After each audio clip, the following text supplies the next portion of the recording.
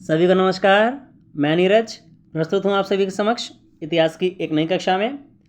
आज हम देखने जा रहे हैं कक्षा 7 का एनसीईआरटी का इतिहास की पाठ्य पुस्तक जिसका नाम है हमारे अतीत 2, उसका पाठ 2 करने जा रहे हैं आज हम, जिसका नाम है नए राजा और उनके राज्य।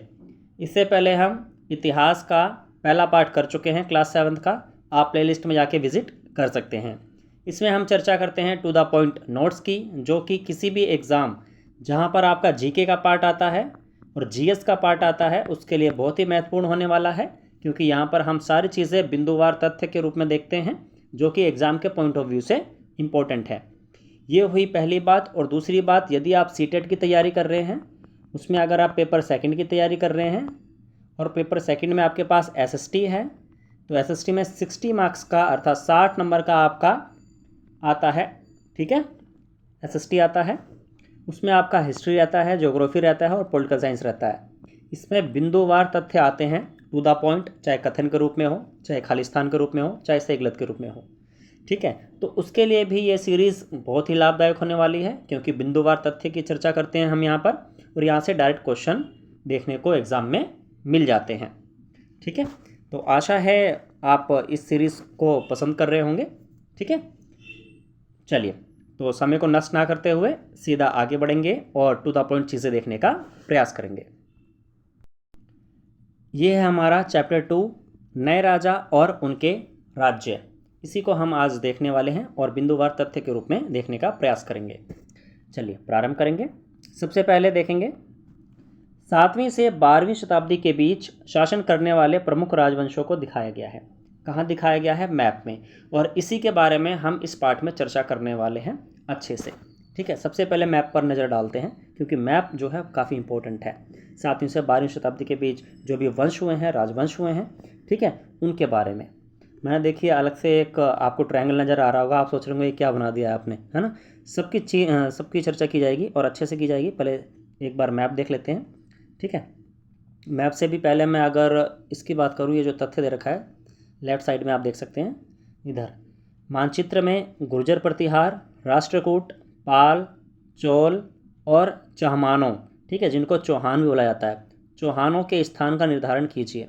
ठीक है, मतलब कि आप यहीं से समझ जाइए कि ये इन चीज़ों के बारे में हम पढ़ने वाले हैं, इन वंशों के बारे में अच्छे से जानने वाले हैं, इनके इतिहास के बारे में जानने वाले हैं, सामाजिक, आर्थिक और सांस्कृतिक रूप से इनका क्या महत्व रहा है इतिहास के संदर्भ में, उन सभी चीज़ों को हम बिंदुवार देखने वाले हैं। ठीक है, चलिए फिलहाल मैप में इनकी स्थिति जान लेना आवश्यक है, क्योंकि कभी कभार आपसे स्टेट पूछ लिया जाता है, राज्य पूछ लिया जाता है। फॉर एग्जांपल आपसे पूछ लिया जाता है जो चौहान हैं उनका जो है शासन किस राज्य के संदर्भ में था, किस स्थान पर था।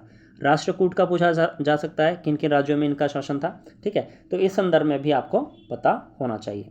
चलिए फिलहाल हम देखेंगे, यहाँ आप देख सकते हैं चौहान देख सकते हैं, अर्थात चौहान आप देख सकते हैं। ये देखिए इंद्रप्रस्थ आपको दिख रहा होगा, ठीक है, जो कि दिल्ली का पुराना नाम है।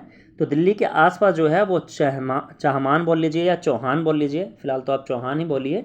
ठीक है, तो चौहान वंश का जो शासन था वो इस साइड था, है ना, दिल्ली और उसके आसपास का क्षेत्र। उसके पश्चात अगर आप गुर्जर प्रतिहार को देखेंगे, अगर मैं इसको थोड़ा सा और बड़ा करूँ, है ना, ताकि अच्छे से विजिबल हो जाए आपको। अगर आप गुर्जर प्रतिहार की बात करेंगे तो इनको पाएंगे आप, ये गुजरात का थोड़ा पार्ट है और राजस्थान का थोड़ा पार्ट है। इधर गुर्जर प्रतिहार वंश का शासन होता है। ठीक है, और उसके बाद इंपॉर्टेंट आता है आपका पाल वंश। ठीक है, यहाँ आप देख सकते हैं पाल, मैंने हाईलाइट भी किया हुआ है। और ये ट्रायंगल क्या है, मैं ट्रायंगल भी अभी बताऊंगा, ये मोस्ट इंपॉर्टेंट है, अभी मैं बताऊंगा क्यों। ठीक है, जो पाल वंश है ये बंगाल की साइड इनका शासन था। पाल बंगाल करके याद कर सकते हैं, पाल बंगाल, है ना, एक दो बार बोलेंगे तो याद हो जाएगा। तो बंगाल की साइड इनका वंश का शासन था। उसके बाद आप नीचे आएंगे तो इधर है राष्ट्रकूट, कर्नाटक की साइड इनका शासन था। और अगर आपने क्लास 6 की वीडियोस नहीं देखी है तो ज़रूर जाके देखिए, वहाँ पे राष्ट्रकूट के बारे में अच्छे से बताया गया है चैप्टर्स में। वहाँ मैंने बताया भी था कि इनकी राजधानी जो है मान्यखेत है ना, यहाँ पे दिया भी हुआ है इनका। ठीक है जी, तो कर्नाटक की साइड जो है वो राष्ट्रकूट वंश का शासन था। उसके बाद अगर आप नीचे आएंगे तो यहाँ चालुक्य वंश देख सकते हैं। ठीक है, आंध्र प्रदेश की साइड देख सकते हैं आप। उसके बाद नीचे आएंगे और तो यहाँ देखेंगे 3 वंश महत्वपूर्ण। ठीक है, एक चोल वंश है देख सकते हैं, और एक चेर वंश है और एक पांड्यन है। इन तीनों को सम्मिलित रूप में क्या कहा जाता है? जिसने क्लास 6 की वीडियो देखी है वो ज़रूर इसका आंसर कर देंगे। आप लोग कमेंट बॉक्स में ज़रूर बताइएगा। इन तीनों के मुखियाओं को अगर मुझे संयुक्त रूप में एक साथ बोलना हो तो मैं किस शब्द का इस्तेमाल करूँगा।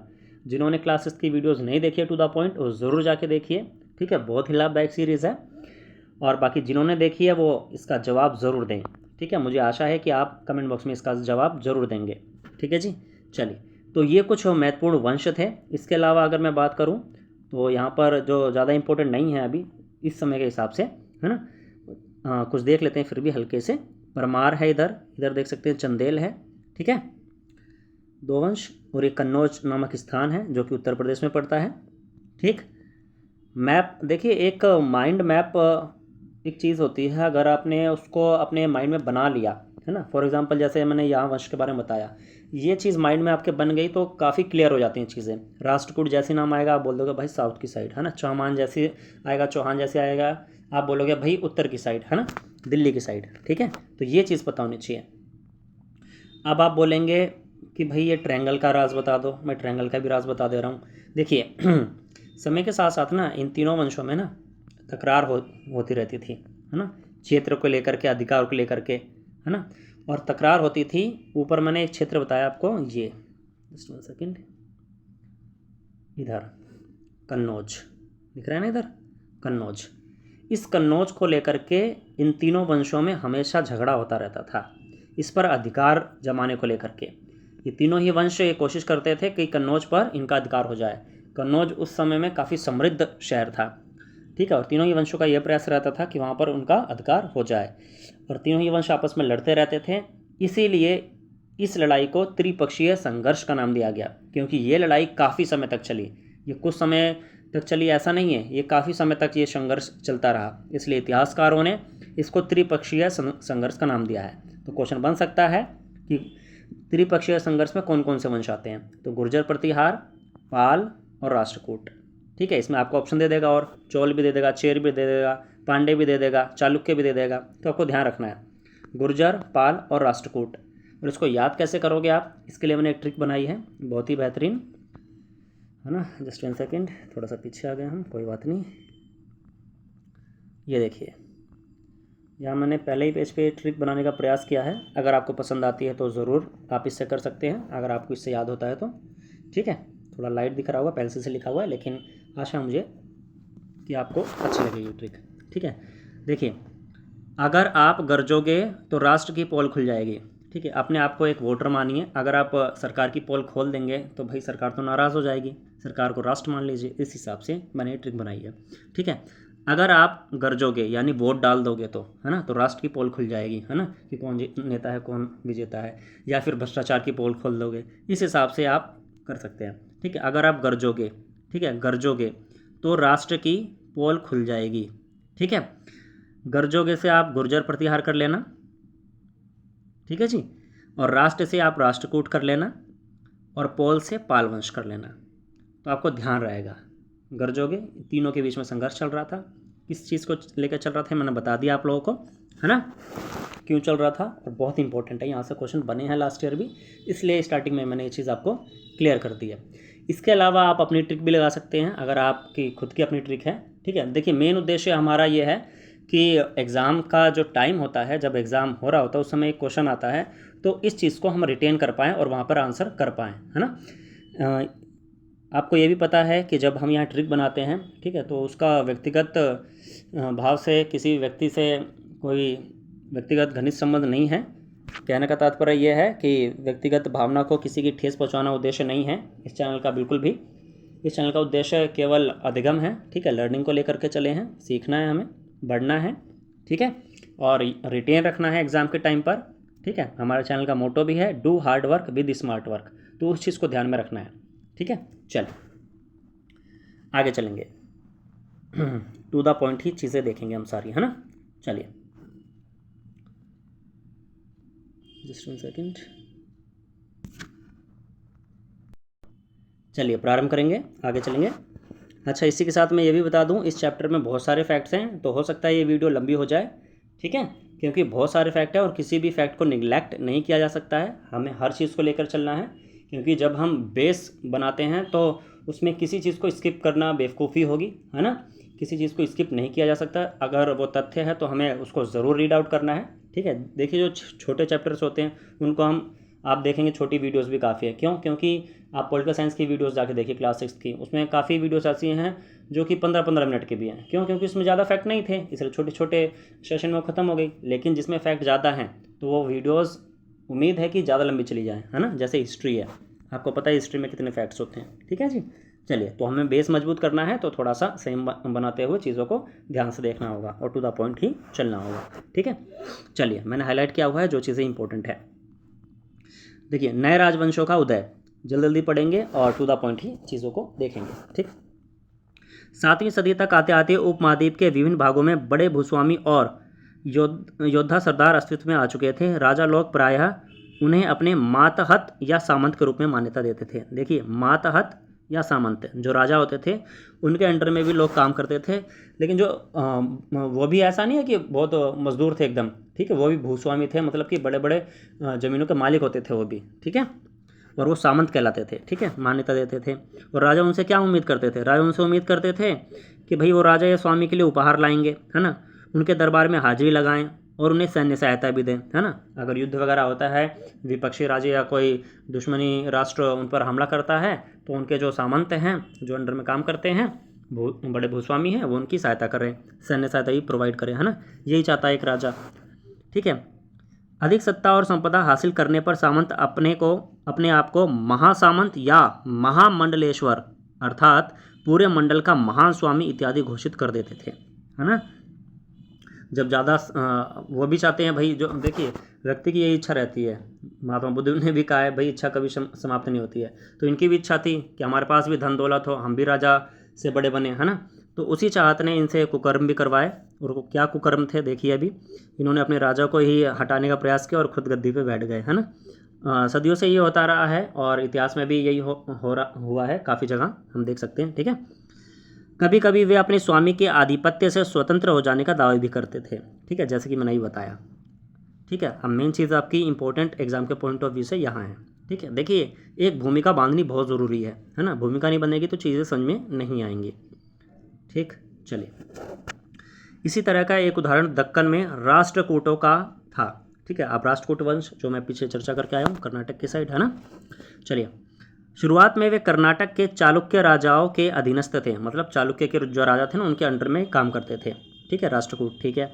8वीं सदी के मध्य में एक राष्ट्रकूट प्रधान दंतिदुर्ग, ठीक है, राष्ट्रकूट प्रधान अर्थात राष्ट्रकूट का जो प्रधान था दंतिदुर्ग ने अपने चालुक्य स्वामी की अधीनता से इनकार कर दिया, उसे हराया और हिरण्यगर्भ, शाब्दिक अर्थ है सोने का गर्भ, नामक एक अनुष्ठान किया, ठीक है। मतलब देखो, अपने ही राजा को उसने हरा दिया, ठीक है। और एक अनुष्ठान किया, अनुष्ठान का नाम क्या है? अनुष्ठान यज्ञ बोल लीजिए। हिरण्यगर्भ, ये याद रखिएगा, क्वेश्चन आ सकता है इतिहास में। हिरण्यगर्भ नामक अनुष्ठान किसने किया?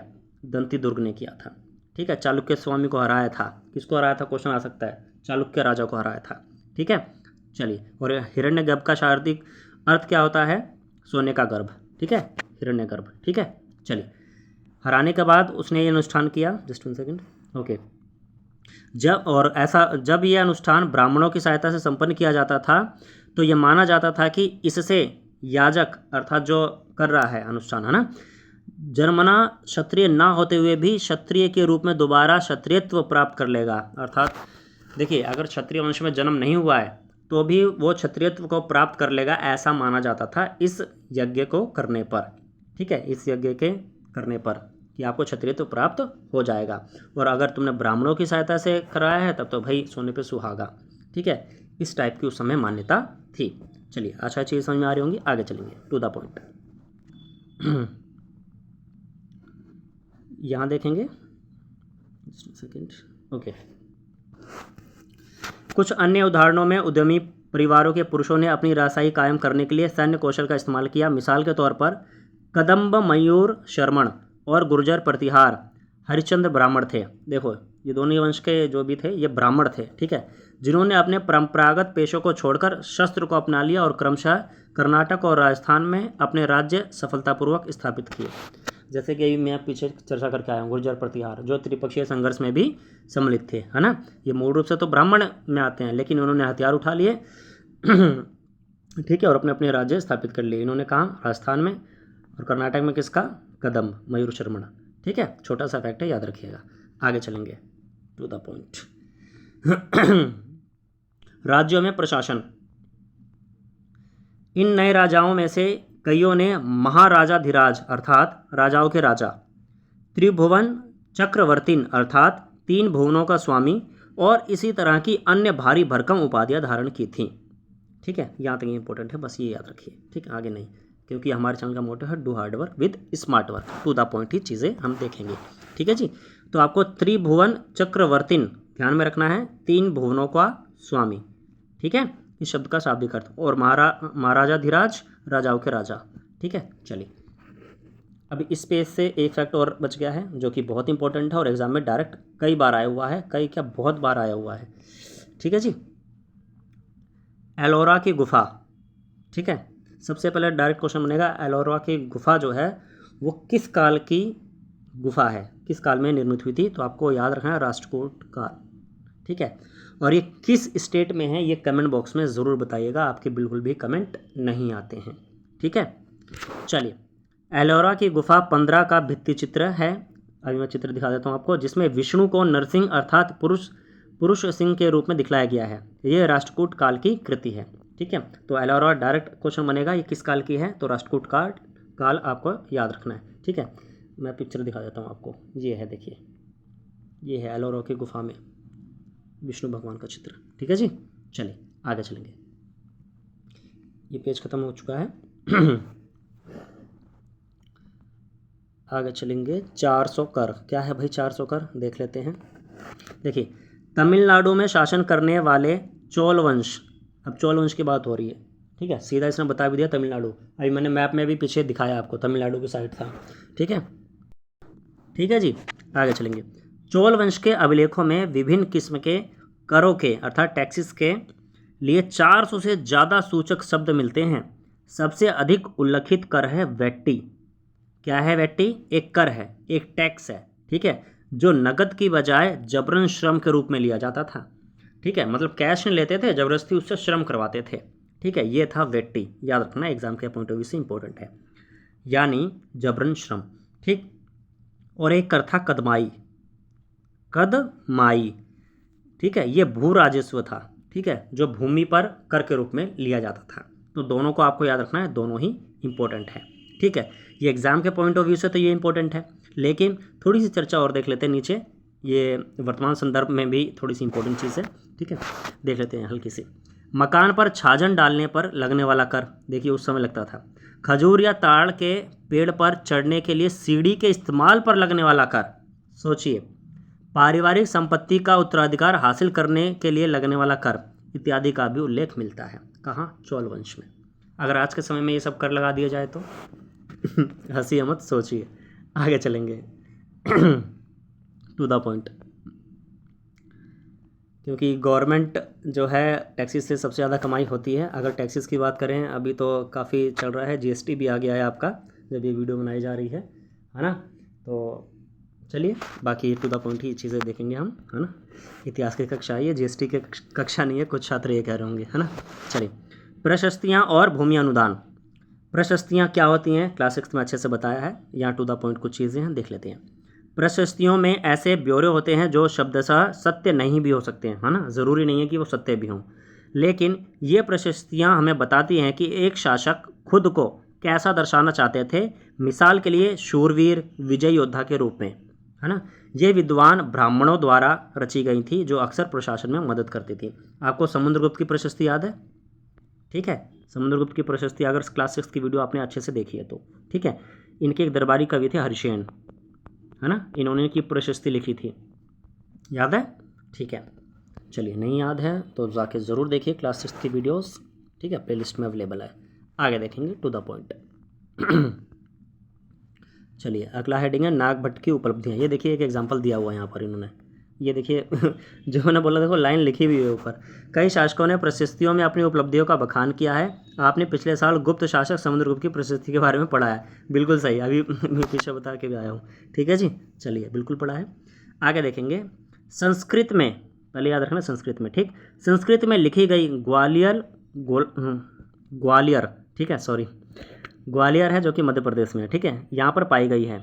एक प्रशस्ति में प्रतिहार नरेश नागभट्ट के कामों का वर्णन है, ठीक है। सबसे पहले याद रखना है जो नागभट्ट है वो प्रतिहार वंश से है, ठीक है, और कहाँ से मिले हैं इनकी प्रशस्तियाँ? ग्वालियर मध्य प्रदेश से, ठीक है जी। चलिए, हो जाता है भाई बोलने में कुछ कुछ शब्दों के लिए।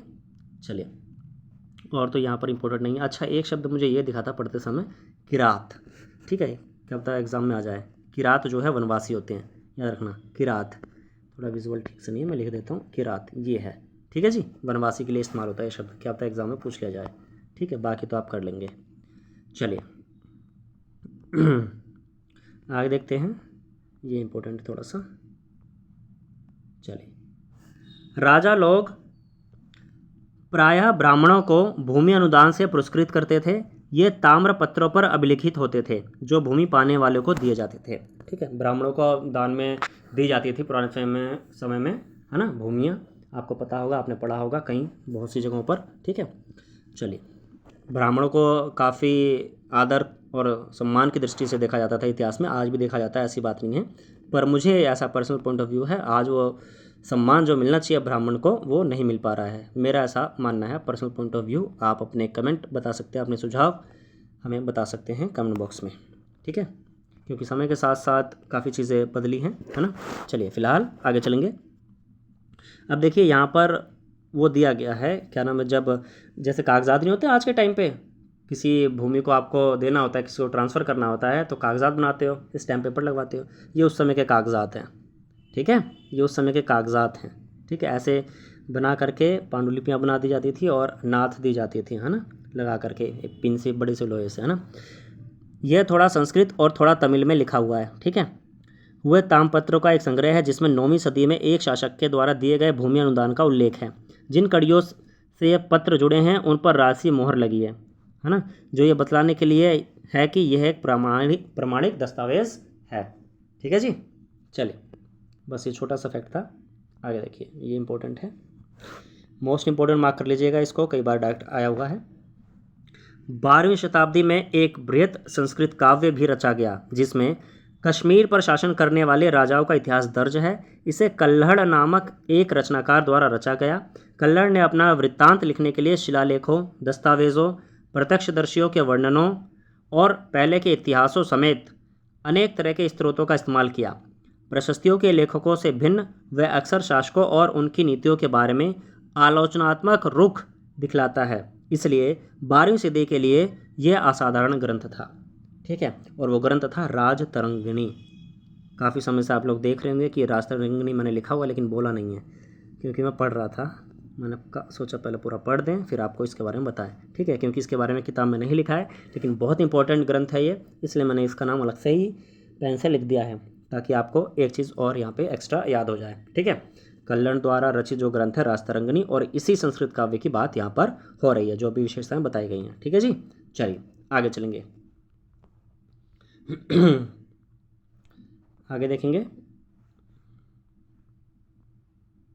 Second, okay. एक विशेष रूप से वांछनीय क्षेत्र था गंगा घाटी मैदान में कन्नौज नगर, ठीक है। ये अच्छा, ये वही वाला आ गया जो मैं ऑलरेडी बता चुका हूँ मैप में, हाँ बिल्कुल वही है, देखिए यहाँ पे लिखा भी हुआ है ना, कन्नौज नगर। गुर्जर, प्रतिहार, राष्ट्रकूट और पाल वंशों के शासक सदियों तक कन्नौज के ऊपर नियंत्रण को लेकर आपस में लड़ते रहे। चूँकि इस लंबी चली लड़ाई में 3 पक्ष थे, इसलिए इतिहासकारों ने प्रायः इसकी चर्चा त्रिपक्षीय संघर्ष के रूप में की है, ठीक है, जो मैं ऑलरेडी बता चुका हूँ। इसकी इंपॉर्टेंस आप देख सकते हैं, किताब में भी अलग से दिया हुआ है, ठीक है। आगे चलेंगे, ठीक है, इसकी चर्चा हम ऑलरेडी कर चुके हैं। टू द पॉइंट ही चीज़ें देखते चलेंगे हम, ठीक है, एग्जाम के पॉइंट ऑफ व्यू से, क्योंकि फैक्ट बहुत ज़्यादा है, ठीक है। चलिए, अफ़गानिस्तान के गजनी का सुल्तान महमूद, ठीक है, गजनी देखिए स्थान का नाम है जो कि अफ़गानिस्तान में है, मैंने लिखा भी अलग से, काफ़ी लोग कंफ्यूज हो जाते हैं, ठीक है।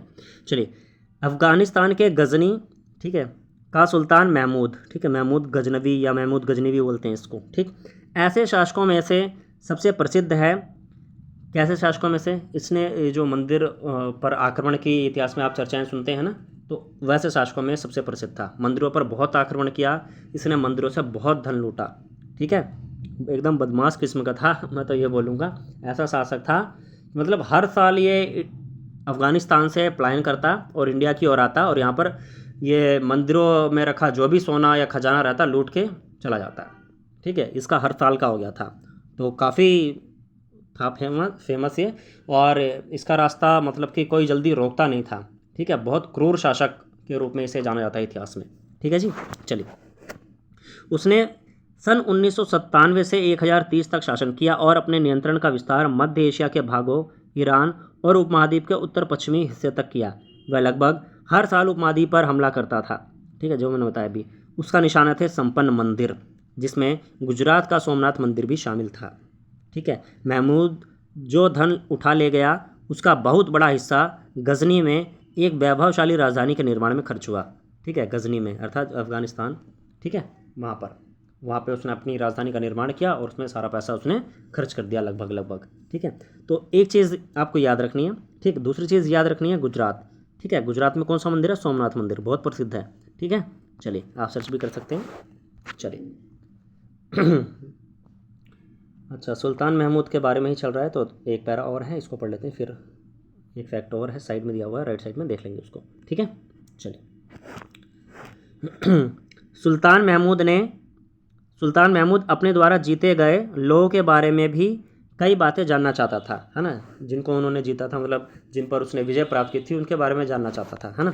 और उसने अल बेरूनी, ठीक है, अल बरूनी भी बोलते हैं उसको, ठीक, नामक एक विद्वान को इस उपमहाद्वीप का लेखा जोखा लिखने का काम सौंपा। अरबी में लिखी गई उसकी कृति किताब अल हिंद आज भी इतिहासकारों के लिए एक महत्वपूर्ण स्रोत है। अल बेरूनी ने इसे तैयार करने के लिए संस्कृत के विद्वानों से परामर्श किया। ठीक है, मोस्ट इंपॉर्टेंट। ठीक, अब यहाँ से क्या क्या चीज़ें बनेंगी। ठीक है, अल बेरूनी ने कौन सा ग्रंथ लिखा? किताब अल हिंद। इसमें किसकी चर्चा है? हमारे भारतीय उपमहाद्वीप की, मतलब कि भारत के बारे में भी बताया गया है काफ़ी, यहाँ पर कैसे लोग हैं, संस्कृति क्या है, सामाजिक सांस्कृतिक स्थिति क्या है, सब कुछ। ठीक, किस भाषा में लिखी है? अरबी भाषा में। ठीक है, और किसके कहने पे लिखी? सुल्तान महमूद या महमूद गजनवी के कहने पर। ठीक है, ये बहुत सारी चीज़, 3-4 चीज़ें हैं, याद रखिएगा, इंपॉर्टेंट है एग्जाम के पॉइंट ऑफ व्यू से। ठीक, आगे चलेंगे। चलिए, अच्छा, राइट साइड में ना एक छोटा सा फैक्ट है, ज़्यादा बड़ा नहीं है, क्या पता एग्जाम में आ जाए। तो देखिए, जैसे हमारे चैनल का मोटो है भाई, do hard work with smart work, तो किसी भी फैक्ट को हम छोड़ नहीं सकते, स्किप नहीं कर सकते। ठीक है जी, यहाँ पे कलर चेंज कर लेना बेहतर होगा। ठीक, सुल्तान ब्लैक कर लेते हैं, ज़्यादा बेटर रहेगा, है ना। एक सेकेंड, ओके, सुल्तान। ठीक है, ये अरबी भाषा का शब्द है। किस भाषा का है? अरबी भाषा का। इसका मतलब क्या होता है? शासक। ठीक है, बस इतना सा छोटा सा फैक्ट है। ठीक है, लेकिन छोटा लगता है, लेकिन ये एक नंबर देखते देखते एक नंबर ले जाता है। यहाँ पर वो ऑप्शन दे देगा आपको, सुल्तान शब्द किस भाषा का है। ठीक है, वहाँ लिख देगा आपको फारसी, अरबी, पुर्तगाली, है ना, जापानी, कोई बहुत सारे शब्द लिख देगा। ठीक है, तो उसमें आप कन्फ्यूज़ हो जाओगे, तो यहाँ से याद कर लेना, अरबी भाषा का शब्द है सुल्तान। ठीक है, अरबी भाषा का शब्द है सुल्तान। ठीक है, चलो आगे चलेंगे। यहाँ तक हो गया है। अच्छा, चौहान का आ गया है अब, जस्ट वन सेकेंड। चलिए कलर आई थिंक चेंज कर लेना चाहिए, रेड कर लेना चाहिए। ओके, चलिए। युद्ध करने वाले दूसरे राजाओं में चहमान भी थे। चहमान यानी कि चौहान, जो बाद में चौहान के रूप में जाने गए। ठीक है, दिल्ली और अजमेर के आसपास के क्षेत्र पर शासन करते थे। ठीक है, दिल्ली और अजमेर, ये क्षेत्र भी आपको याद रखना है चौहानों का। ठीक है, उन्होंने पश्चिम और पूर्व की ओर अपने नियंत्रण क्षेत्र का विस्तार करना चाहा, जहां उन्हें गुजरात के चालुक्यों और पश्चिमी उत्तर प्रदेश के गैंडवालों से टक्कर लेनी पड़ी। चहमानों का सबसे प्रसिद्ध शासक था पृथ्वीराज तृतीय। ठीक है, पृथ्वीराज तृतीय, जिसे आप पृथ्वीराज चौहान के नाम से भी जानते हैं। इनका समय काल दिया हुआ है 1168 से 1192। ठीक है, जिसने सुल्तान मोहम्मद गौरी नामक अफगान शासक को 1191 में हराया, लेकिन दूसरे ही साल 1192 में उसके हाथों हार भी गया था। ठीक है, तो यहाँ से क्या चीज़ें याद रखनी है आपको? इस पेज से 2-3 चीज़ें याद रखनी है आपको। पहला कि चौहान जो हैं वो दिल्ली और अजमेर की ओर शासन था इनका। दूसरी चीज़, पृथ्वीराज का काल। ठीक है, इतना इंपॉर्टेंट नहीं है, लेकिन कई बार एग्जाम में पूछ ले आता है, 1168 से 1192। ठीक, तीसरी चीज़, इनका युद्ध किसके साथ हुआ था? सुल्तान मोहम्मद गौरी। ठीक है, सिर्फ मोहम्मद गौरी भी बोलते हैं इनको कई बार। ठीक है, कब कब हुआ? 1191 में। और एक 1192 में। ठीक है, 1191 में कौन हारा कौन जीता? पृथ्वीराज ने मोहम्मद गौरी को हरा दिया पहली बार। ठीक है, यानी पृथ्वीराज जीत गए। लेकिन जब दूसरी बार वो लड़ने गए 1192 में तो कौन जीता? तो आपका मोहम्मद गौरी जीत गया। ठीक है, 1192 में। इन युद्धों को एक नाम से भी जाना जाता है, तराइन। ठीक है, 1191 में जो युद्ध हुआ था वो तराइन में हुआ था, इसलिए इसको तराइन का प्रथम युद्ध कहा जाता है। ये ध्यान रखना, कई बार एग्जाम में ऐसा ना करके ऐसे पूछ लिया जाता है कि तराइन का प्रथम युद्ध कब हुआ था, तो आपको याद रखना है 1191। और तराइन का द्वितीय युद्ध वहीं हुआ था। ठीक है, तराइन में ही।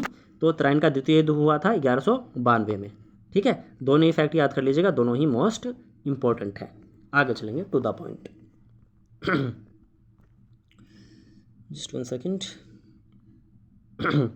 चलिए, अब यहाँ चोल वंश का जिक्र है। ठीक है, चोल वंश के बारे में देख लेते हैं थोड़ा सा। चोल वंश सत्ता में कैसे आया? ठीक है, कावेरी डेल्टा, आपको पता है कावेरी नदी बहती है साउथ में, और चोल वंश का जो है वो तमिलनाडु की साइड थे, है ना। चलिए, कावेरी डेल्टा में मुट्टरियार, ठीक है, मुट्टरियार नाम से प्रसिद्ध एक छोटे से मुखिया परिवार की सत्ता थी। वे कांचीपुरम के पल्लव राजाओं के मातहत थे। मातहत पीछे शायद मैं बता के आया हूँ। ठीक है, सामंत थे ये। ठीक है, मातहत यानी सामंत। ठीक है, उरैयार के चोल वंशीय प्राचीन मुखिया परिवार के विजयालय, नाम याद रखना है, विजयालय। इन्होंने 9वीं सदी के मध्य में मुट्टरियारों को हराकर इस डेल्टा पर कब्जा जमा लिया। ठीक है, और उसने वहाँ तंजावुर शहर और निशुंभ सूदनी देवी मंदिर का निर्माण करवाया। ठीक है, इसको बनवाया। तो आपको यहाँ से क्या याद रखना है? पहली चीज़ याद रखनी है कि इसकी स्थापना किसने की? विजयालय ने, चोल वंश की। ठीक है, अगर स्थापना, जस्ट 1 सेकेंड, कलर चेंज कर लेते हैं, ज़्यादा बेटर रहेगा, है ना। चलिए, चोल वंश की स्थापना किसने की? विजयालय ने। एक चीज़ याद रखनी है, किसको हरा के की? मुट्टरियार नाम का शासक थे। ठीक है, या बोल लीजिए इनकी परिवार की सत्ता थी, तो उनको हरा करके। ठीक है, पहली चीज़। और दूसरी चीज़, तीसरी चीज़, इन्होंने किस शहर को बसाया? तंजावुर शहर को। किसने? विजयालय ने। ठीक है, और कौन से देवी का मंदिर का निर्माण कराया? निशुंभ सूदनी देवी मंदिर। ठीक है, ये 3-4 चीज़ें यहाँ से याद रख लीजिएगा, काम बन जाएगा। आगे चलेंगे टू द पॉइंट। आगे देखेंगे, विजयालय के उत्तराधिकारियों ने पड़ोसी इलाकों को जीता और उसका राज्य अपने क्षेत्रफल तथा शक्ति दोनों रूपों में बढ़ता गया। दक्षिण और उत्तर के पांड्यन और पल्लव के इलाके इस राज्य का हिस्सा बना लिए गए। ठीक है, पल्लव एक अलग वंश था, पांड्यन एक अलग वंश था। ठीक है, उनको भी चोल साम्राज्य में मिला लिया। ठीक है, तो बहुत बड़ी बात है, इतना बड़ा बनता गया चोल साम्राज्य, है ना। राजराज प्रथम, जो कि सबसे शक्तिशाली चोल शासक माना जाता है। ठीक है, क्वेश्चन बन सकता है, सबसे शक्तिशाली चोल शासक किसे माना जाता है? राजराज प्रथम। ठीक है, अगर स्थापना आ जाए तो स्थापना विजयालय। ठीक है, और सबसे शक्तिशाली राजराज प्रथम। ठीक है, ठीक। चलिए, सन 985 में वह राजा बना और उसी ने इनमें से ज़्यादातर क्षेत्रों पर अपने नियंत्रण का विस्तार किया। उसने साम्राज्य के प्रशासन का भी पुनर्गठन किया। ठीक है जी। चलिए, अब इन्हीं के देखिए पुत्र हैं, जस्ट 1 सेकेंड, राजराज प्रथम के ही पुत्र हैं। ठीक है, राजराज के पुत्र, क्या नाम है? राजेंद्र प्रथम। ठीक है, इनको दक्षिण भारत का नेपोलियन कहते हैं, राजेंद्र प्रथम को। ठीक है, जो राजराज के पुत्र हैं, जो बेटे हैं ये। ठीक है, ये अगले पेज पे हो गया है, अगले पेज पे दिया गया था, इसलिए मैं यहीं पे समझा रहा हूँ ताकि समझ में आ जाए, है ना। राजराज प्रथम के पुत्र हैं राजेंद्र प्रथम। ठीक है, और राजेंद्र प्रथम को कहा जाता है दक्षिण भारत का नेपोलियन। क्यों कहा जाता है? क्योंकि इन्होंने दक्षिण में चोल साम्राज्य का अपना काफ़ी विस्तार किया। ठीक है, उसकी नीतियों को जारी रखा। किसकी? राजराज को। राजराज की जो नीतियाँ थी उसको जारी रखा। उसने गंगा घाटी, श्रीलंका तथा दक्षिण पूर्व एशिया के देशों पर हमला भी किया। इन अभियानों के लिए उसने एक जल सेना भी बनाई। ठीक है, इसको मैं बड़ा कर देता हूँ, ये तो समझाने के लिए मैंने छोटे में दिखा दिया, दोनों चीज़ें अलग अलग पेजेस पे थी। ठीक है, यहाँ से आप देख सकते हैं। ठीक है, चलिए, आशा ध्यान रहेगा, यहाँ से डायरेक्ट क्वेश्चन भी बन जाता है, ध्यान रखिएगा। आगे चलेंगे। अब यहाँ चोल साम्राज्य अर्थात चोल वंशीय कुछ मंदिर बताए गए हैं यहाँ पर। ठीक है, जो कि इम्पोर्टेंट है। भव्य मंदिर और कांस्य मूर्तिकला। राजराज और राजेंद्र प्रथम द्वारा बनवाए गए तंजावुर और गंगई कोंड चोलपुरम के बड़े मंदिर स्थापत्य और मूर्तिकला की दृष्टि से एक चमत्कार है। ठीक है, अभी मैं पिक्चर भी दिखाऊंगा, आप खुद ही बोलेंगे क्या चीज़ बनाई है ना, क्या मंदिर है। ठीक है जी, चलिए तो पहली चीज़ आपको ध्यान क्या रखनी है यहाँ से, तंजावुर तो पहले ही पता चल गया आपको। ठीक है, कि चोल साम्राज्य से संबंधित है। विजयालय ने इस शहर को बसा दिया था और वहीं पे ही तंजावुर का मंदिर बनवा दिया राजराज और राजेंद्र प्रथम ने। ठीक है, उसी के साथ एक नाम और आया है, गंगई कोंड चोलपुरम। ठीक है, गंगई कोंड चोलपुरम, ये ध्यान रखना। इसी में देखिए चोल नज़र आ रहा है, तो मेरे को नहीं लगता ज़्यादा समझने में दिक्कत कोई आने वाली है ना। चोल वंश से संबंधित है ये मंदिर। ठीक है जी, चलिए एक ये चीज़ हो गई। ठीक है, ये देखिए ये है गंगई कोंड चोलपुरम का मंदिर, ये आप देख सकते हैं, इसलिए मैंने फ़ोटो भी ले लिया यहाँ पर। ठीक है, ये देख सकते हैं, काफ़ी सुंदर है, कहीं मौका मिला तो ज़रूर जाके देखिएगा, आज भी विद्यमान है। ठीक है, चलिए आगे चलेंगे, टू द पॉइंट।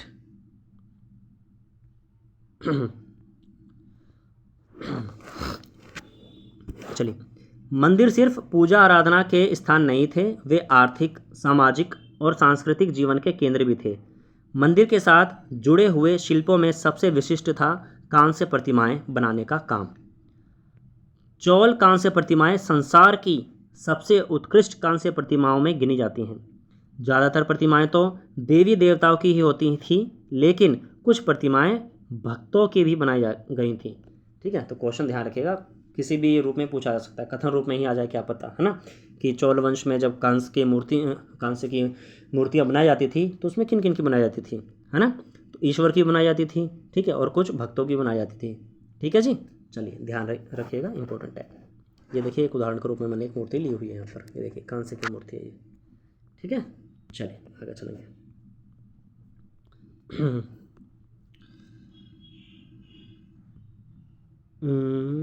चलिए इसको देख लेना पहले, बहुत ज़रूरी है, सिंचाई। ठीक है, उस समय में सिंचाई की क्या व्यवस्था चल रही थी, है ना।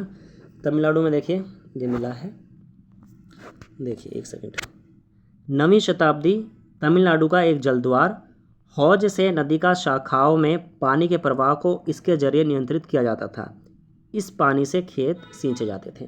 ठीक है, आज तो आपके पास बांध है ना, जहाँ पानी की नीड होती है आप वहाँ कर देते हैं, बंद कर देते हैं बांध को, या खोल देते हैं, ओपन कर देते हैं, है ना। पहले बांध नहीं होते थे। ठीक है, पहले हौज होते थे, ये हौज का ही उदाहरण है। ठीक है जी, चलिए बस छोटा सा ये फैक्ट है, ये ध्यान रखिएगा, बताना ज़रूरी था। हौज, अगर हौज आ जाएगा तो आपको क्या करना है। ठीक है, चलिए इतना ही था बस उसमें से। अब यहाँ देख लेते हैं, जस्ट वन सेकेंड, एक सेकेंड, इसको फिट कर लेते हैं ना। चलिए अगली सब हेडिंग है हमारी, साम्राज्य का प्रशासन। प्रशासन किस प्रकार संगठित था। किसानों की बस्तियां जो उर कहलाती थीं। ठीक है, यहाँ से डायरेक्ट क्वेश्चन बनेगा, किसानों की बस्तियां क्या कहलाती थी, उर। ठीक है, अगर आप संस्कृत में जाएंगे तो उर जो है हृदय को कहा जाता है। ठीक है, लेकिन यहाँ पर क्या है, किसानों की बस्तियाँ हैं। ठीक है, चलिए ये चीज़ शायद मुझे याद आ रहा है, हम 6th क्लास में ही पढ़ चुके हैं, है ना, जहाँ तक मुझे याद आ रहा है। आप ज़रूर बताइएगा, कमेंट बॉक्स में बता सकते हैं आप। ठीक है, सिंचित खेती के साथ बहुत समृद्ध हो गई थी। इस तरह के गांवों के समूह को नाडू कहते थे। ठीक है, क्वेश्चन आ सकता है, गांवों का समूह क्या कहलाता है, नाडू। ठीक है, गांवों का समूह क्या कहलाता है, नाडू। ठीक है, और किसानों की बस्तियां और। ठीक, और एक किस साम्राज्य की बात हो रही है, चोल साम्राज्य। आगे चलेंगे, ग्राम परिषद और नाडू न्याय करने और कर वसूलने जैसे कई प्रशासकीय कार्य करते थे।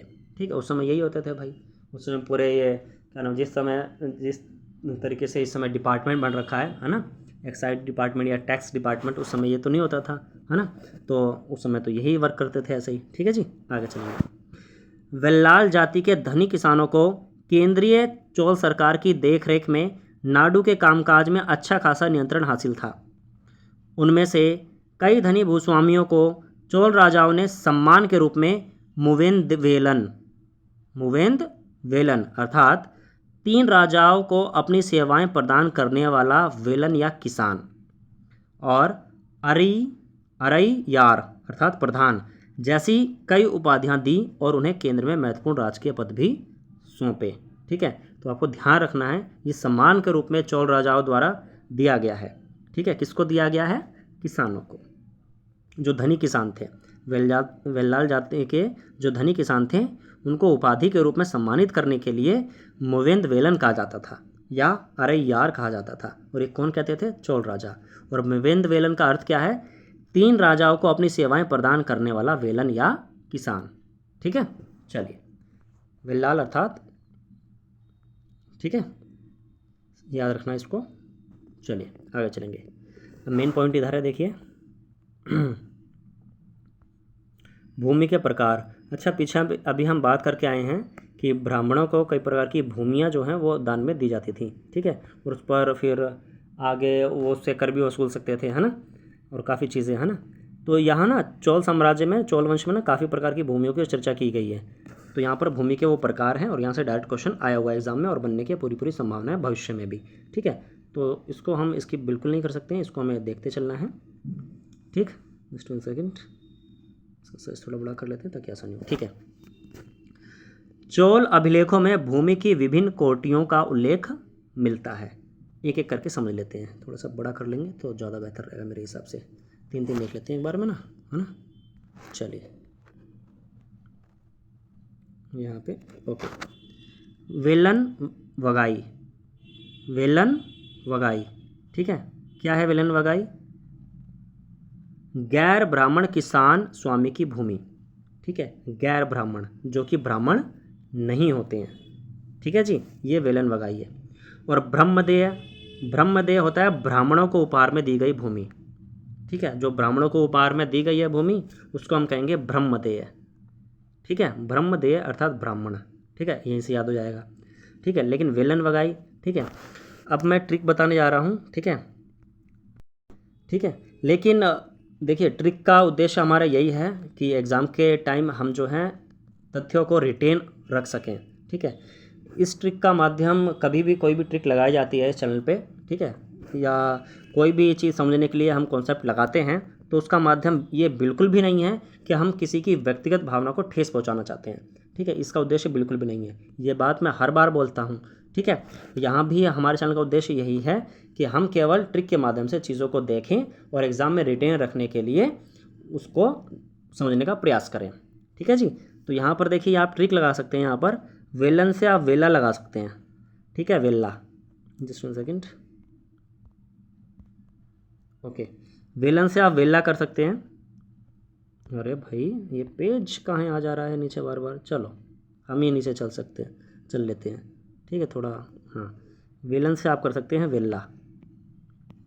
ठीक है, गैर ब्राह्मण को दी जा रही है ना। ठीक है, तो जो ब्राह्मण नहीं होते हैं वो वेल्ले होते हैं। ठीक है, जो ब्राह्मण नहीं होते हैं वो वेल्ले होते हैं। इस हिसाब से आप याद रख सकते हैं। ठीक है, और ये ट्रिक है केवल एकमात्र। ठीक है, और कुछ नहीं है। आप दूसरी ट्रिक का इस्तेमाल भी कर सकते हैं, मैंने यही लगाई है। ठीक है, और मुझे नहीं लगता मात्र ट्रिक लगाने में किसी को कोई आपत्ति होगी। ठीक है, तो आप ये ट्रिक लगा सकते हैं। ठीक है, और ब्रह्मदेय डायरेक्ट याद कर सकते हैं, ब्राह्मणों को उपहार में दी गई भूमि, और जो ब्राह्मण नहीं है वो वेल्ले हैं भाई।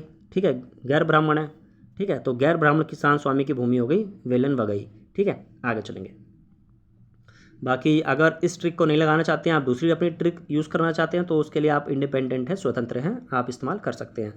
हमारा मेन उद्देश्य यह है कि एग्ज़ाम के टाइम आप उस चीज़ को याद रख पाएँ। ठीक है, और आउटपुट दे पाएँ एग्ज़ाम में अपना।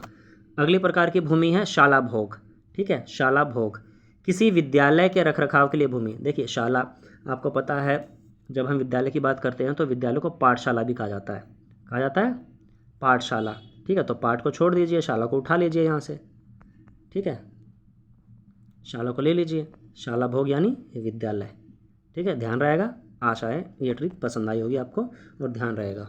ठीक, अगला देखेंगे देवदान, या तो, ठीक है, या तो देवदान या तो तिरुन मटुकन्नी। ठीक है, ये भी भूमि का प्रकार है। ये मंदिर को उपहार में दी गई भूमि है। ठीक है, अगर मंदिर को दे रहे हो तो देवदान डायरेक्ट कर सकते हैं भाई, देवदान। लेकिन ये शब्द तिरुन, एक सेकेंड, जस्ट 1 सेकेंड, हाँ, तिरुन मट्टुकन्नी। ठीक है, ये भी है देवदान।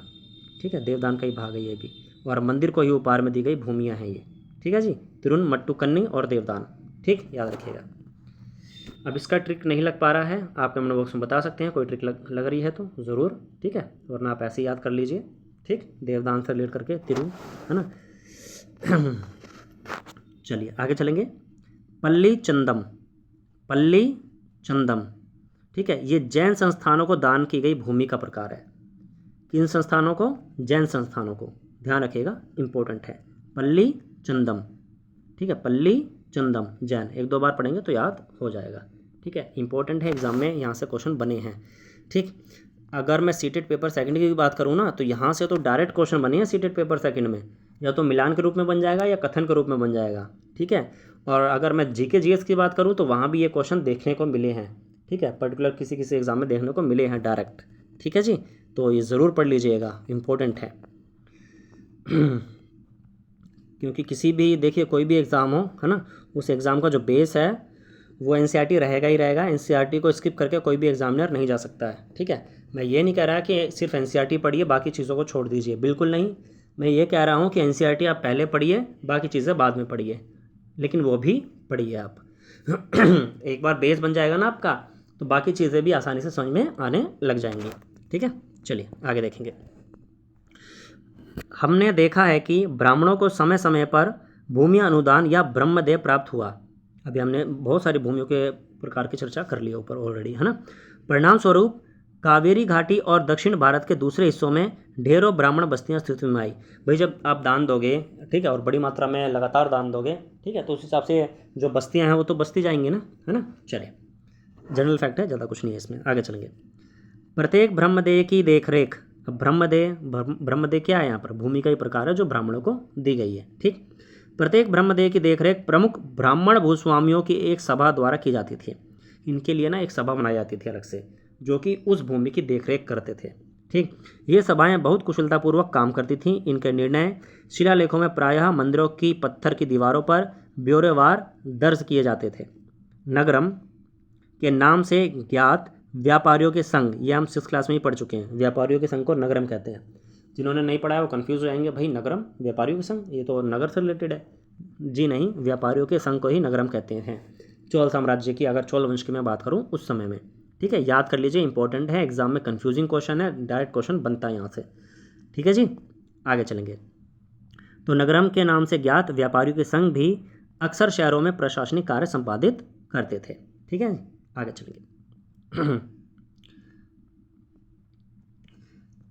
तमिलनाडु के चिंगलपुट जिले के उत्तर मेरूर से प्राप्त अभिलेखों में इस बात का सविस्तार वर्णन है कि ब्राह्मणों की सभा का संगठन कैसा था। ठीक है, अब ब्राह्मणों की सभा का संगठन कैसा था इसको हम देखते हैं, जो कि ब्रह्मदेय की देखरेख करती थी। ब्रह्मदेय क्या है? जी हाँ, भूमि का एक प्रकार है जो कि ब्राह्मणों को दान में दी जाती थी। ठीक है जी, चलिए, और ये कहाँ से प्राप्त हुआ है अभिलेख, ये ध्यान रखिएगा, तमिलनाडु से। ये एग्जाम में क्वेश्चन आ सकता है, खासकर सीटेट पेपर सेकंड वाले ध्यान रखें। ठीक है, और जहाँ भी सामान्य ज्ञान आ रहा है वो तो करेंगे ही करेंगे, लेकिन सीटेट पेपर सेकंड वाले इसमें से कोई भी फैक्ट स्किप नहीं कीजिएगा, क्योंकि स्किप कर गए तो एग्ज़ाम में आपको दिक्कत आएगी। ठीक है जी, चलिए, ठीक है, उत्तर मेरूर, ये नाम याद रखिएगा तमिलनाडु के। चलिए आगे चलेंगे। अब इनकी ना देखिए,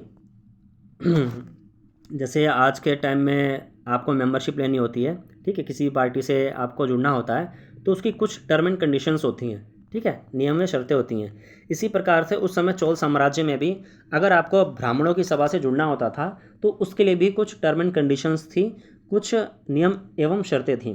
ठीक है, उन्हीं नियम एवं शर्तों की चर्चा यहाँ पे की जा रही है। ठीक है, यहाँ से डायरेक्ट क्वेश्चन बना हुआ है। ठीक है, कैसे बना हुआ है मैं प्रीवियस ईयर क्वेश्चन का जब डालूंगा तो आप ज़रूर देखना वहाँ पे, जीके जीएस में ही बना हुआ, और सीटेट पेपर सेकंड में तो भरमार है यहाँ से क्वेश्चंस की। ठीक है, तो इसकी बिल्कुल नहीं करना है। ठीक है, जो इंपॉर्टेंट नहीं रहेगा उसको मैं बिल्कुल बता दूंगा, ये इंपॉर्टेंट नहीं है इतना, लेकिन जो इंपॉर्टेंट रहेगा उसको आपको स्किप बिल्कुल नहीं करना है। ठीक है जी, आगे चलेंगे। देखिए, उत्तर मेरूर अभिलेख के अनुसार सभा की सदस्यता, कौन सी सभा? ब्राह्मणों की सभा। ठीक, अब इसकी क्या टर्म एंड कंडीशन है, लाइन वाइज है, देखते जाइए। सभा की सदस्यता के लिए इच्छुक लोगों को ऐसी भूमि का स्वामी होना चाहिए जहाँ से भू राजस्व वसूला जाता है। ठीक है, यानी कि उस मेंबर के पास ऐसी कोई ना कोई ज़मीन होनी चाहिए, ऐसी कोई ना कोई भूमि होनी चाहिए, बड़ी होनी चाहिए, जहाँ से कर अर्थात टैक्स भी वसूला जा सके। ठीक है, सिंपल है। दूसरा देखिए, पहला हो गया। दूसरा देखिए, उनके पास अपना घर होना चाहिए, अर्थात जिनके पास अपना घर नहीं है वो मेंबरशिप नहीं ले सकते, ब्राह्मणों की सभा में शामिल नहीं हो सकते। ठीक, तीसरा, उनकी उम्र 35 से 70 वर्ष के बीच होनी चाहिए, ठीक है, अर्थात कोई 34 साल का है तो वो भी नहीं कर सकता है, शामिल नहीं हो सकता। 71 हो गया, 71 हो गया तो वो भी नहीं हो सकता है। ठीक है, अच्छा गौर कीजिए यहाँ पे 70 लिखा है। ठीक है, हमारे अभी भारत अभी संदर्भ में देखोगे, वर्तमान संदर्भ में, तो 60 वर्ष के बाद तो कुछ होता ही नहीं है ना। तो लाइफ एक्सपेक्टेंसी जिसको आप जीवन प्रत्याशा बोलते हैं, उसका जो रेट है कितना लो हो गया है। ठीक है, उस समय में 70 है ना, और अभी देखिए 60 पे आ गया और धीरे धीरे 50 पे ना आ जाइए। ठीक है, तो भाई इसका जो एनवायरमेंटल पोल्यूशन है वो सबसे बड़ा कारण है। अगर व्यक्तिगत स्तर पर इस पर काम किया जाए तो ज़रूर लाभ होगा। ठीक है, कूड़ा कचरा इधर मत फेंकिए, प्लास्टिक कम यूज़ कीजिए। ठीक है, जितना कम से कम हो सके आप अपने प्राइवेट व्हीकल में जाइए और पब्लिक व्हीकल का इस्तेमाल ज़्यादा कीजिए। ठीक है, क्योंकि प्राइवेट व्हीकल में जाएंगे आप पेट्रोल यूज़ करेंगे, पेट्रोल से फिर कार्बन मोनोऑक्साइड, फिर बाकी आगे की कहानी आपको पता है। ठीक है, एनवायरमेंट पोल्यूशन। ठीक है, पब्लिक व्हीकल का यूज़ करेंगे, सीएनजी यूज़ होती है। ठीक है, एनवायरमेंट को कम हानि होती है। लेकिन जिस हिसाब से हमारी पॉपुलेशन जनसंख्या बढ़ रही है तो कुछ अच्छे रिजल्ट्स देखने को भविष्य में नहीं मिलेंगे, मुझे ऐसा लग रहा है। ठीक है, क्योंकि जब तक जनसंख्या से संबंधित मेरा ऐसा पर्सनल पॉइंट ऑफ व्यू है, मैं किसी की व्यक्तिगत भावना को आहत नहीं करना चाहता या किसी व्यक्तिगत सोच को नहीं यहाँ पे शामिल कर रहा हूँ, ये मेरा पर्सनल पॉइंट ऑफ व्यू है। ठीक है, कि जब तक जनसंख्या नियंत्रण नहीं करेंगे, ठीक है, हमारा देश आगे विकसित तो होगा लेकिन उतना नहीं हो पाएगा इन फ्यूचर। ठीक है, माना कि देखो एक होता है ह्यूमन रिसोर्स, माना कि ह्यूमन रिसोर्सेज बहुत ज़्यादा हो रहे हैं इंडिया में।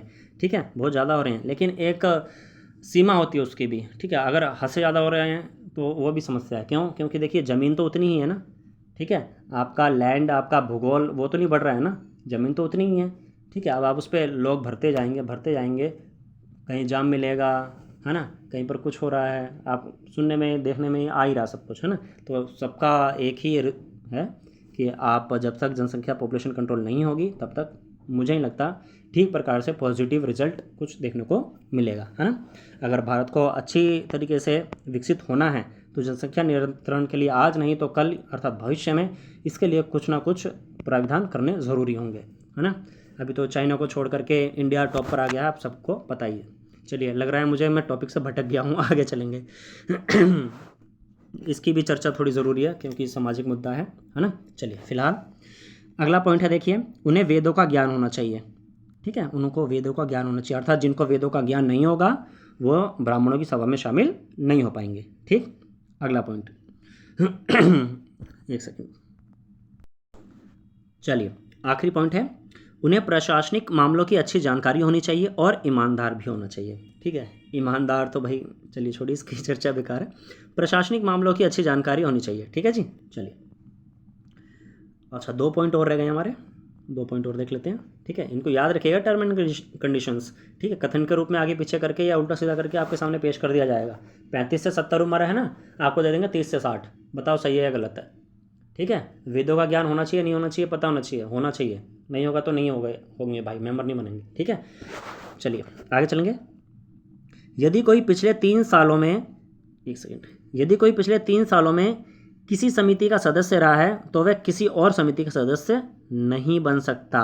ठीक है, पिछले 3 सालों में किसी भी आप कमेटी के सदस्य मेंबर रहे हैं तो आप और किसी अन्य समिति के सदस्य नहीं बन सकते। ठीक है जी, चलिए, जिसने अपने या अपने संबंधियों के खाते जमा नहीं कराए हैं वह चुनाव नहीं लड़ सकता। ठीक है, मतलब अपने भी खाते जमा कराओ और अपने संबंधियों के भी। भाई कितना रेवेन्यू आपके पास, कितना पैसा है ना, तभी जाके आप चुनाव लड़ सकते हो, वरना नहीं लड़ सकते हो। ठीक है जी, चलिए, ये कुछ टर्म एंड कंडीशंस हैं, आगे देख लेते हैं। एक छोटी सी कृति है, छोटी क्या बड़ी बोलिए, छोटा सा फैक्ट बोलिए। ठीक है, 12वीं शताब्दी में एक कृति लिखी गई है, तमिल कृति, तमिल भाषा में, पैरिया पूरणम, पैरिया पूरणम। ठीक है, ये तमिल भाषा की कृति है, बस इतना याद रखना, बस और कुछ नहीं। ठीक है, चलिए आगे देखेंगे। बस 2 पेजेस, लास्ट पेजेस पे आ गए हम शायद, जी हाँ, इसके बाद शायद क्वेश्चंस होंगे। ठीक है, क्वेश्चंस को अभी हमें स्किप नहीं करना है। अच्छा, यहाँ चर्चा करने से पहले अच्छा एक चीज़ और मैं बता दूँ आपको, अगर आपने MCQ सीरीज़ नहीं देखी है, ठीक है, MCQ सीरीज़ जो कि चलाई जा रही है हमारे द्वारा। ठीक है, जब हम किसी भी चैप्टर को कंप्लीट करते हैं या फिर हम पूरे चैप्टर्स को कंप्लीट करते हैं, जैसे 6th क्लास का हमने हिस्ट्री कंप्लीट कर लिया है, ठीक है, टू द पॉइंट, उसके बाद हमने MCQ सीरीज़ भी डाली है। ठीक है, पार्ट 1 पार्ट 2 करके आपको 2 वीडियोज़ मिलेंगी, उसको ज़रूर देखिएगा, वो रिवीजन में बहुत हेल्प करेगी आपको। ठीक है। इसी प्रकार से क्लास 6 का ज्योग्राफी भी कंप्लीट करके उसकी भी एमसीक्यू सीरीज़ डाली गई है। इसी प्रकार से क्लास 6 का पॉलिटिकल साइंस की भी एमसीक्यू सीरीज़ डाली गई है। आप प्लेलिस्ट में आके विजिट कर सकते हैं, आपको मिल जाएगी। ठीक है, वो एनसीईआरटी बेस्ड ही है। ठीक है, एनसीईआरटी की जो बुक है जो हमने पढ़ी है उसी पर आधारित है वो क्वेश्चंस। ठीक है, उसी बुक में से ही बनाए गए हैं एनालिसिस करके। बहुत टाइम लगा है, बहुत वर्क लगा है उसमें। ठीक है, लेकिन वो काफ़ी हेल्पफुल रहेगा आज के लिए भी और भविष्य के लिए भी। ठीक है, तो उसको ज़रूर आप कर जाइएगा। और अभी हम वर्तमान में अभी क्लास 7 का हिस्ट्री चालू किया हमने, तो ये भी जब सभी चैप्टर्स कंप्लीट हो जाएंगे तो इसकी भी हम एमसीक्यू सीरीज़ हम लाएंगे, है ना, ताकि आप उससे रिवीजन कर सकें, आपको पता चल सके आपने कितना पढ़ा है, कितना आया है, कितना नहीं आया है। ठीक है जी, चलिए आगे चलेंगे। तांग वंश के युग का चीन। ठीक है, चीन के बारे में थोड़ा सा फैक्ट है, ज़्यादा नहीं है। ठीक है, हल्का सा देख लेते हैं क्योंकि ऐसा क्वेश्चन बन सकता है। ठीक है, एनसीईआरटी में दिया है तो ज़रूर बन सकता है। चीन में तांग राजवंश के तहत एक साम्राज्य स्थापित हुआ जो लगभग 300 वर्षों तक अर्थात 7वीं से 10वीं सदी तक सत्ता में रहा। सोचने वाली बात है, 300 साल कम नहीं होते हैं। ठीक है, 300 साल। ठीक है, 3 शताब्दियाँ बीत गई। ठीक है, तांग राजवंश तो अपने आप में इसका महत्व बन जाता है। इसकी राजधानी थी शियान, दुनिया के सबसे बड़े नगरों में से एक थी, जहाँ तुर्की, ईरानी, भारतीय, जापानी और कोरियाई आया जाया करते थे। तांग साम्राज्य परीक्षा के माध्यम से, मेन बात तो इधर है, परीक्षा के माध्यम से नियुक्त की गई नौकरशाही द्वारा प्रशासित होता था। आज के टाइम में ऐसा हो सकता है क्या? अगर हम बात करें इंडियन गवर्नमेंट की, है ना, अपनी भारतीय व्यवस्था की, अगर हम कहें कि भाई हमारा जो विधायक होगा, हमें अपना क्षेत्र का विधायक या जो भी हमारा निगम पार्षद है उससे भाई एग्ज़ाम लो, है ना। आप स्टूडेंट से एग्ज़ाम लेते हैं उनको जॉब देने के लिए, क्या इनका एग्ज़ाम नहीं होना चाहिए विधायक बनने के लिए या निगम पार्षद बनने के लिए, कि इनको हमारे देश के बारे में, हमारी संस्कृति, हमारी अर्थव्यवस्था के बारे में कितनी जानकारी है ना। नए नए अनपढ़ लोग आते हैं और विधायक बन के हम पर शासन करते हैं, हमारे प्रतिनिधि बन जाते हैं जिनको बोलने का भी ढंग नहीं होता है। ये मेरा पर्सनल पॉइंट ऑफ व्यू है, मैं किसी की आलोचना नहीं कर रहा हूँ। ठीक है, तो होना चाहिए इनके लिए भी एग्ज़ाम। जो 300 सालों तक राजवंश ने शासन किया वो परीक्षा के माध्यम से रिक्रूट करते थे नौकरशाही को, तो इंडिया में क्यों नहीं हो सकता? सोचना चाहिए गवर्नमेंट को, है ना। अभी आप टीचिंग एग्ज़ाम की बात करेंगे, एक लेवल बढ़ाते जा रहे हैं। चाहे बिहार के एग्ज़ाम की बात करें, बीपीएससी एग्ज़ाम ले रही है ना, ऐसा हाल हो रहा है। ठीक है, तो क्या गवर्नमेंट के लिए एग्ज़ाम नहीं होना चाहिए? गवर्नमेंट का मेंबर बनने के लिए बिल्कुल होना चाहिए। अगर आप इस कथन से सहमत है जो मैं कह रहा हूँ तो कमेंट बॉक्स में ज़रूर बताइएगा। ठीक है, कहीं से तो आवाज़ जाए गवर्नमेंट के पास। ठीक है, चलिए फिलहाल आगे चलेंगे हम। इन परीक्षाओं में हर इच्छुक व्यक्ति बैठ सकता था। अधिकारियों के चयन की यह व्यवस्था कुछ बदलाव के साथ 1911 तक कायम रही थी। 1911 तक यह व्यवस्था चली थी। ठीक है जी, चलिए अब देखिए नीचे क्या भी रहा है। भारतीय उपमहाद्वीप में प्रचलित व्यवस्थाओं से ये व्यवस्था किन मायनों में भिन्न थी? अरे भाई बहुत भिन्न थी। ठीक है, चलिए आगे चलेंगे।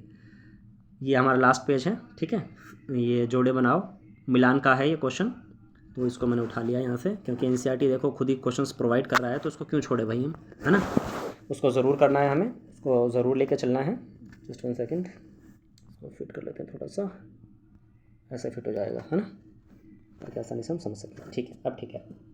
ठीक है, तो एनसीईआरटी देखो कई बार क्या होता है कि एग्जामिनर के पास टाइम नहीं होता है ना। तो मेरा ऐसा पर्सनल मानना है कि एग्जामिनर जो है लास्ट में जो क्वेश्चंस होते हैं क्या कई बार वहाँ से भी क्वेश्चंस बना देता है ना। आपसे देखिए यहाँ मिलान जिस हिसाब से दिया हुआ है, जैसे मैं कर ही लेते हैं, पहले क्वेश्चन कर लेते हैं, है ना। देखते हैं, सबसे पहले इन्होंने 4 बिंदु इस साइड लिखे और 4 बिंदु इस साइड। पहले लिखा इन्होंने गुर्जर प्रतिहार, दूसरे नंबर पर है राष्ट्रकूट, तीसरे नंबर पर है पाल और चौथे नंबर पर लिखा इन्होंने चोल। ठीक है, अभी दूसरी तरफ इनके स्थान लिखे हुए हैं। ठीक है, किस स्थान पर इनका शासन था। इधर पहला ऑप्शन है पश्चिमी दक्कन, दूसरा ऑप्शन है इधर बंगाल और तीसरा है गुजरात और राजस्थान और चौथा ऑप्शन है तमिलनाडु। ठीक है, कुछ लोग ये सोच रहे होंगे सर सामने दिख तो रहा है, आप क्यों बोल रहे हैं। ठीक है, सीधा करवाइए ना आगे, है ना। अरे देखिए बहुत खुशकिस्मत है सर आपकी, आपको दिख रहा है। ठीक है, लेकिन कुछ लोग ऐसे भी हैं, कुछ छात्र ऐसे भी हैं जो विशेष छात्र की कैटेगरी में आते हैं, दृष्टिबाधित हैं, देख नहीं सकते हैं, कैपेबल नहीं हैं, लेकिन पढ़ना चाहते हैं, उनके लिए हम बोलते हैं। ठीक है, क्योंकि हमारा चैनल का उद्देश्य यही है कि सब सीखें और सब बढ़ें। ठीक है, किसी को नेगलेक्ट नहीं किया जा रहा है, समावेशित तरीके से सिखाने और सीखने का प्रयास किया जा रहा है। ठीक है, हम भी सीख ही रहे हैं आपको सिखाते हुए। ठीक है, देखिए सीखना सिखाना तो लाइफ लॉन्ग प्रोसेस है, ये ज़िंदगी भर जीवन भर चलता रहेगा।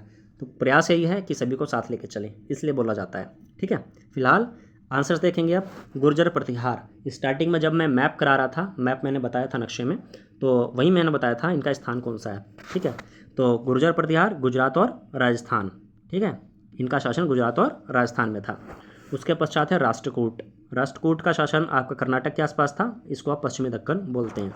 ठीक है, पाल वंश, पाल से मैंने कहा बताया था, आप बंगाल याद कर लीजिए। पाल वंश का कहाँ पर शासन था? बंगाल में। ठीक है, और चोल साम्राज्य, चोल साम्राज्य के बारे में तो काफ़ी कुछ पढ़ के आ रहे हैं हम, भूलना नहीं, तमिलनाडु। ठीक है, चोल साम्राज्य का शासन कहाँ था?